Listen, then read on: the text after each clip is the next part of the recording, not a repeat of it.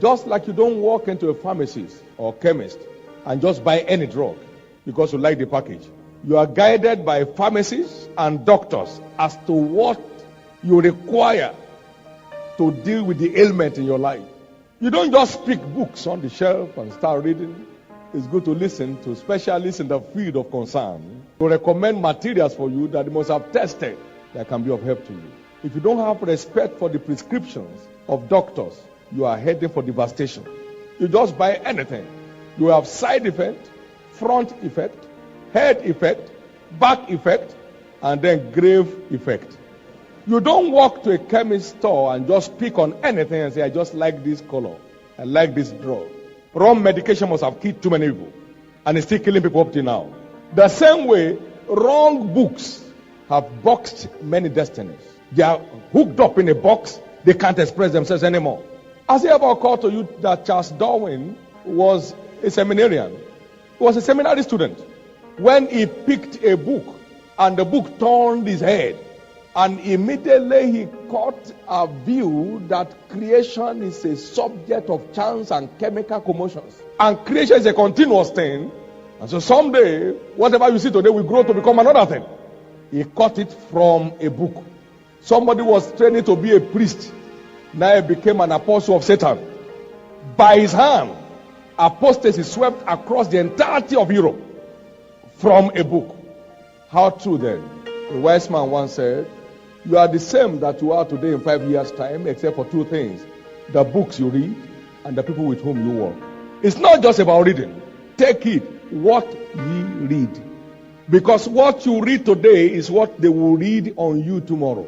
I bought a book with a fantastic title. The title was so captivating.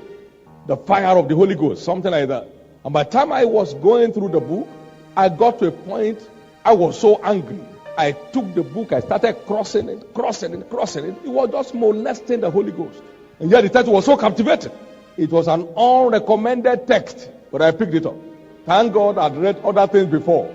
I would have followed the devil to somewhere else. When you take a course in any college or any university, you take a course, the lecturers recommend the text for you, isn't it? That will be of help to you.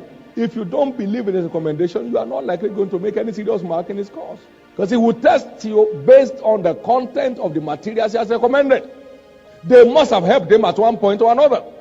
I used to have a friend baptized in the Holy Ghost and everything like that, but he had a library, and that library was more or less the gateway to a spiritual mortuary. You almost can't feel today that he was one baptized in the Holy Ghost. His library was not correct, so his entire life became dilapidated.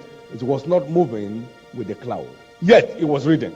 So it's not about reading. It's about reading the right stuff that provides the kind of answer that we are searching for. It is madness to have headache and start looking for drugs for the eyes or stomach problem. It is wisdom to look for the answer to the very challenge that you are confronted with. One of my very close persons said he has a campus ministry. And I said, you have a campus ministry? There is one man who can help you know how to do it best.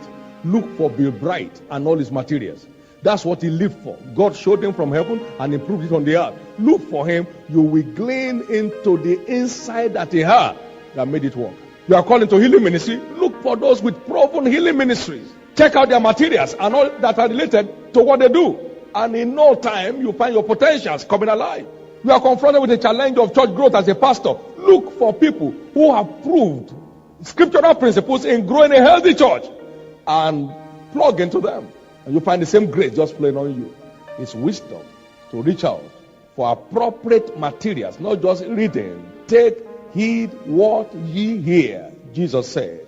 Because what you hear today is what will happen tomorrow.